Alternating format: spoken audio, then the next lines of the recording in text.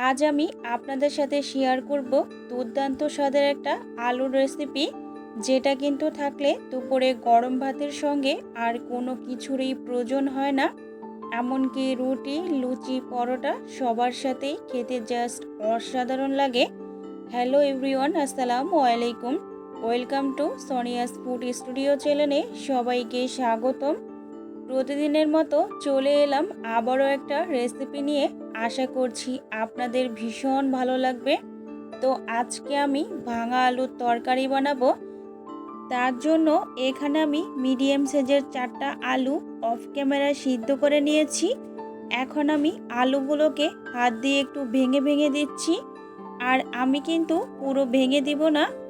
প্রতিদিনের আলুর তরকারি যদি একটু পদ্ধতি চেঞ্জ করে আর মশলা যদি একটু চেঞ্জ করে রান্না করা যায়, তাহলে কিন্তু দারুণ স্বাদের তৈরি হয়।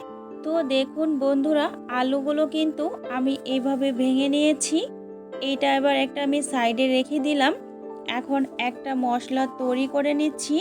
তার জন্য দিয়ে দিলাম হাফ টেবিল চামচ গোটা জিরা আর 2টা শুকনো মরিচ আর হাফ টেবিল চামচ পরিমাণ হচ্ছে ধনিয়া গোটা, আর দিয়ে দিচ্ছি একটা তেজপাতা আমি ছোট ছোট করে কেটে নিয়েছি।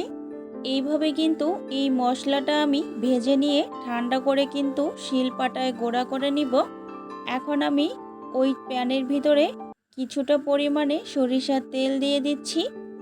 এখন দিয়ে দিব ফোড়নের জন্য এখানে হাফ চা চামচ গোটা জিরা আর একটা শুকনো মরিচ আমি মাঝখান থেকে ছিঁড়ে নিয়েছি, আর 2-3 টুকরোর মতো হচ্ছে দারচিনি দিয়ে দিলাম। এখন এগুলোকে আমি মিনিট দেড়ের মতো একটু ভেজে নিব। আর এখন এখানে দিয়ে দিব 1 ইঞ্চি আদা আমি কুচি করে নিয়েছি একটা গ্রেটারের সাহায্যে। আর দিচ্ছি এখানে 1/4 কাপ পরিমাণ হচ্ছে পেঁয়াজ কুচি। তবে বন্ধুরা, তোমরা যদি নিরামিষভাবে তৈরি করতে চাও, তাহলে কিন্তু এখানে পেঁয়াজ আর রসুন কিন্তু স্কিপ করতে পারো। আর দিয়ে দিয়েছি মিডিয়াম সাইজের ছোট্ট একটা রসুন কুচি করে নিয়েছি, আর 4 থেকে 5টির মতো কাঁচামরিচ আমি কুচি করে নিয়েছি।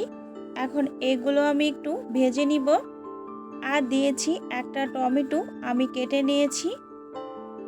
এখন দিয়ে দিচ্ছি 1 টেবিল চামচ পরিমাণে হলুদ গুঁড়া, হাফ টেবিল চামচ পরিমাণে হচ্ছে মরিচ গুঁড়া আর হাফ চা চামচ পরিমাণ ধনিয়া গুঁড়া, আর দিচ্ছি স্বাদ মতো লবণ।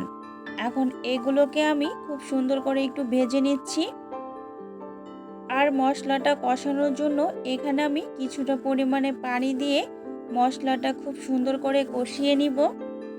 আপনারা যদি এইভাবে আলুর তরকারিটা তৈরি করেন, দেখবেন শুধুমাত্র আলুর তরকারি নয়, এটা কিন্তু যে কোনো সবজির রেসিপিতেই বা মাছ মাংসতেও দারুণ লাগে। আর আজকে আমি সেভাবে আলুর তরকারিটা তৈরি করে দেখাচ্ছি, যার স্বাদ মুখে সারা জীবন লেগেই থাকবে। এখন আমি দিয়ে দিচ্ছি ভেঙে রাখা আলুগুলো। এখন মশলার সাথে খুব সুন্দর করে আলুগুলোকে আমি একটু কষিয়ে নিচ্ছি। আর এখন এখানে আমি দিয়ে দিব ঝোল। যেহেতু এখানে আলুটা পুরোপুরি সিদ্ধই আছে, তার জন্য এখানে কিন্তু আমি বেশি পরিমাণে আর ঝোলটা অ্যাড করলাম না। এখন একটু নেড়ে চেড়ে একটা ঢাকনা দিয়ে ঢেকে দিব। আর আলু তো অনেকেই অনেক রকম রেসিপি খেয়েছো, তবে এইভাবে একবার হলেও ট্রাই করতে পারো। ভীষণ সহজ আর সরল একটা রেসিপি। এমনকি আমার চ্যানেলে কিন্তু অনেক রকমের সহজ সুন্দর রেসিপি দেওয়া আছে, তোমরা চাইলে সেগুলো দেখে নিতে পারো। এখন আমি ঢাকনাটা খুলে 2টা কাঁচামরিচ দিয়ে দিলাম ফ্লেভারের জন্য, আর দিয়ে দিচ্ছি ভেজে রাখা সেই মশলাটা আমি একটু আধ ভাঙা করে গুঁড়ো করে নিয়েছি। এখন মশলাটা দিয়ে আমি একটু নেড়েচেড়ে মিশিয়ে নিচ্ছি। আর বন্ধুরা, এই কাঁচামরিচের ফ্লেভার কিন্তু অসাধারণ হয়। তোমরা কিন্তু এভাবে লাস্টের দিকে কাঁচামরিচ দিয়ে দিবে। আর এখন আমি তরকারির ব্যালেন্স ও স্বাদ বজায় রাখার জন্য কিছুটা পরিমাণে এখানে চিনি দিয়ে দিলাম। এখন আমি ওইটা একটা সাইডে সরিয়ে চুলায় একটি টপার বসিয়ে দিয়েছি। এখন এখানে আমি ফোড়নের জন্য দিয়ে দিয়েছি মিডিয়াম সাইজের 2টা পেঁয়াজ আমি কুচি করে নিয়েছি। আর অবশ্যই বন্ধুরা, তোমরা কিন্তু এই ফোড়নটা এই আলুর তরকারিতে দিবে, তাহলে তরকারিটি খেতে কিন্তু মাশাআল্লাহ খুবই ভালো লাগবে। আর তোমরা কারা কারা এইভাবে আলুর তরকারি রান্না করে খাও অবশ্যই কমেন্টে জানাতে ভুলবে না। আর এরকম সহজ ও নিত্য নতুন রেসিপি পেতে অবশ্যই আমার চ্যানেলটি সাবস্ক্রাইব করে রাখবে আর পাশে থাকা বেল আইকনটি প্রেস করে রাখবে, যাতে সাধারণ জিনিস দিয়ে অসাধারণ রেসিপি পাওয়ার জন্য। দেখো এখন আমি একটু নেড়েচেড়ে মিশিয়ে নিচ্ছি আর আমার তরকারিটি কিন্তু একদমই তৈরি। এখন এটা আমি চুলা থেকে নামিয়ে গরম গরম সার্ভ করে নিচ্ছি। মাশাআল্লাহ তরকারিটির কালার কিন্তু অনেকটা লোভনীয় হয়েছে আর গরম মশলাটা দেওয়ার কারণে কিন্তু খুব সুন্দর একটা গন্ধ বেরিয়েছে। এই গন্ধের জন্য কিন্তু এক থালা ভাত নিমিষেই খাওয়া হয়ে যাবে।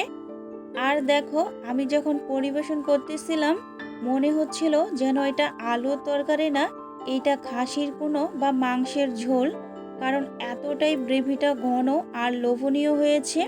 তোমরা অবশ্যই দেখেই বুঝতে পারছো। তাহলে বন্ধুরা আজকের রেসিপিটা আমার এই পর্যন্ত, আর আগামীকাল আসবো আবার নতুন কোনো মজার রেসিপি নিয়ে। আর আজকে আমার ভাঙা আলুর তরকারির রেসিপিটি তোমাদের কাছে কেমন লাগলো অবশ্যই কিন্তু একটি মিষ্টি কমেন্টে জানাতে ভুলবে না।